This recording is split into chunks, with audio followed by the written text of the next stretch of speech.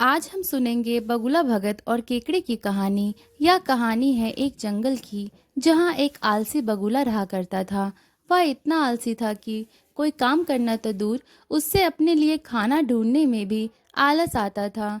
अपने इस आलस के कारण बगुले को कई बार पूरा पूरा दिन भूखा रहना पड़ता था। नदी के किनारे अपनी एक टांग पर खड़े खड़े दिन भर बगुला बिना मेहनत किए खाना पाने की युक्तियां सोचा करता था।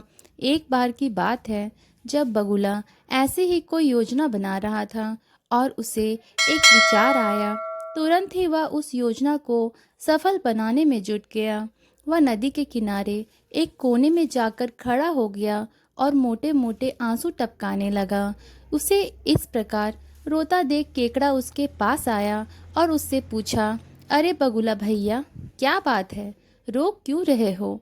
उसकी बात सुनकर बगुला रोते रोते बोला, क्या बताऊं केकड़े भाई, मुझे अपने किए पर बहुत पछतावा हो रहा है। अपनी भूख मिटाने के लिए मैंने आज तक न जाने कितनी मछलियों को मारा है।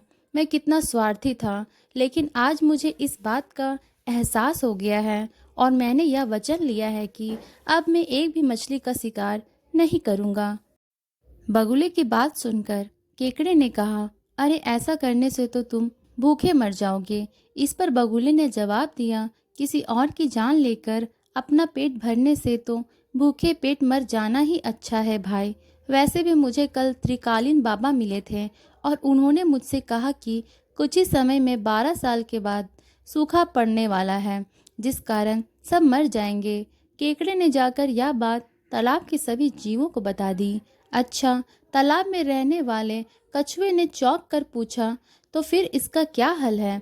इस पर बगुले भगत ने कहा, यहाँ से कुछ कोस दूर एक तालाब है।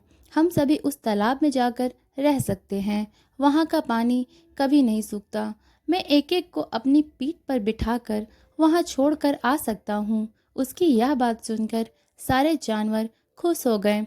अगले दिन से बगुले ने अपनी पीठ पर एक एक जीव को ले जाना शुरू कर दिया। वह उन्हें नदी से कुछ दूर ले जाता और एक चट्टान पर ले जाकर मार डालता। कई बार वह एक बार में 2 जीवों को ले जाता और भरपेट भोजन करता। उस चट्टान पर उस जीवों की हड्डियों का ढेर लगने लगा था। बगुला अपने मन में सोचा करता था कि दुनिया में कैसे मूर्ख हैं, इतनी आसानी से मेरी बातों में आ गए। ऐसा कई दिनों तक चलता रहा।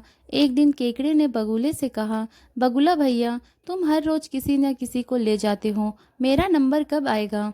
तो बगुले ने कहा, ठीक है, आज तुम्हें ले चलता हूँ। यह कहकर उसने केकड़े को अपनी पीठ पर बिठाया और उड़ चला।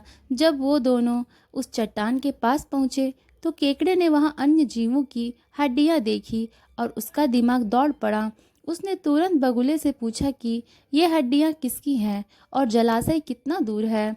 उसकी बात सुनकर बगुला जोर जोर से हंसने लगा और बोला, कोई जलाशय नहीं है और ये सारी तुम्हारी साथियों की हड्डियाँ हैं, जिन्हें मैं खा गया। इन सभी हड्डियों में अब तुम्हारी हड्डियां भी शामिल होने वाली हैं। उसकी यह बात सुनते ही केकड़े ने बगुले की गर्दन अपने पंजों से पकड़ ली। कुछ ही देर में बगुले के प्राण निकल गए। इसके बाद केकड़ा लौटकर नदी के पास गया और अपने बाकी साथियों को सारी बात बताई। उन सभी ने केकड़े को धन्यवाद दिया और उसकी जय जयकार की।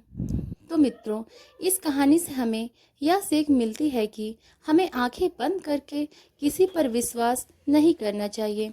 मुसीबत के समय भी संयम और बुद्धिमानी से काम करना चाहिए। तो आज की कहानी यही समाप्त होती है। ऐसी और भी रोमांचक कहानियाँ सुनने के लिए सब्सक्राइब करें और बेल आइकन दबाना ना भूलें। तब तक के लिए अच्छे रहें, स्वस्थ रहें। धन्यवाद।